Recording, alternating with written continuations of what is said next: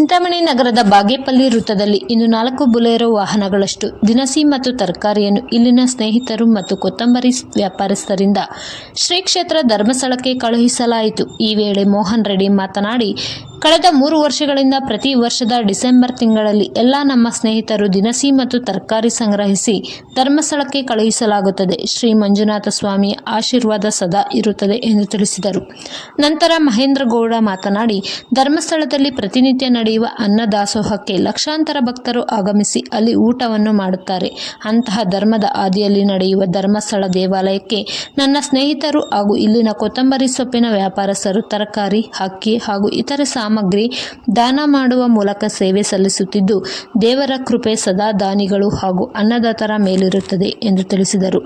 ಈ ಸಂದರ್ಭದಲ್ಲಿ ಮೋಹನ್ ರೆಡ್ಡಿ, ಸತೀಶ್ ರೆಡ್ಡಿ, ಗಜೇಂದ್ರ, ರಾಮಚಂದ್ರ, ಮಹೇಂದ್ರ ಗೌಡ, ಸಲೀಂ, ಮೂರ್ತಿ, ಮುನೇಂದ್ರ, ಶ್ರೀನಾಥ್, ಕೃಷ್ಣಕುಮಾರ್, ಸುನೀಲ್, ಕಿರಣ್ ಕುಮಾರ್, ವೆಂಕಟೇಶ್, ಮಂಜುನಾಥ್, ಸುಬ್ಬಾರೆಡ್ಡಿ ಮತ್ತು ಸ್ನೇಹಿತರು ಹಾಗೂ ಕೊತ್ತಂಬರಿ ವ್ಯಾಪಾರಸ್ಥರು ಉಪಸ್ಥಿತರಿದ್ದರು.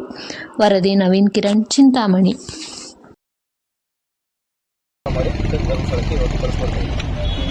ನಾಲ್ಕು ಗಾಡಿ ಇವತ್ತು ಈಗ ಬಿಡ್ತಾ ಇದೆ.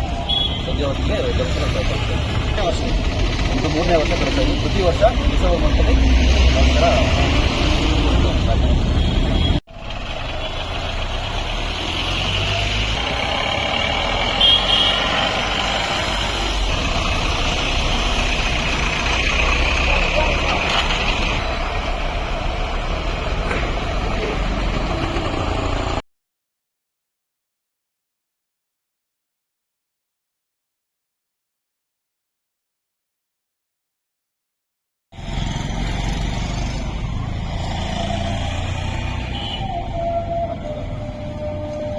ಮಹೇಂದ್ರ ಅಂತ ಇಲ್ಲಿ ಬಾಗೇಪಲ್ಲಿ ಸ್ವಲ್ಪ ಚಿಂತಾಮಣಿ ಮಾತಾಡ್ತೀನಿ. ಇವತ್ತು ದಿನ ಧರ್ಮಸ್ಥಳಕ್ಕೆ ನಮ್ಮ ಕೊತ್ತಂಬರಿ ವ್ಯಾಪಾರಸ್ಥರು ಮತ್ತು ಬಾಗೇಪಲ್ಲಿ ಮುಖಂಡರ ಕಡೆಯಿಂದ ನವಧಾನ್ಯ ಮತ್ತು ಧಾನ್ಯ ಮತ್ತು ತರಕಾರಿಯನ್ನು ಸಂಗ್ರಹ ಮಾಡಿ ಧರ್ಮಸ್ಥಳಕ್ಕೆ ಇವತ್ತು ತರಿಸ್ಕೊಡ್ತೀವಿ. 4 ಗಾಡಿ ಇವತ್ತು ಈಗ ಬಿಡ್ತಾ ಇದೆ. ಸಂಜೆ ಹೊತ್ತಿಗೆ ಧರ್ಮಸ್ಥಳ ತರಿಸ್ಕೊಡ್ತೀವಿ. ಇದು 3ನೇ ವರ್ಷ ಬರ್ತಾ ಇದೆ. ಪ್ರತಿ ವರ್ಷ ಡಿಸೆಂಬರ್ ಮಂತಲ್ಲಿ ನಂತರ ಹೆಸರು ಮೋಹನ್ ರೆಡ್ಡಿ ಅಂತ.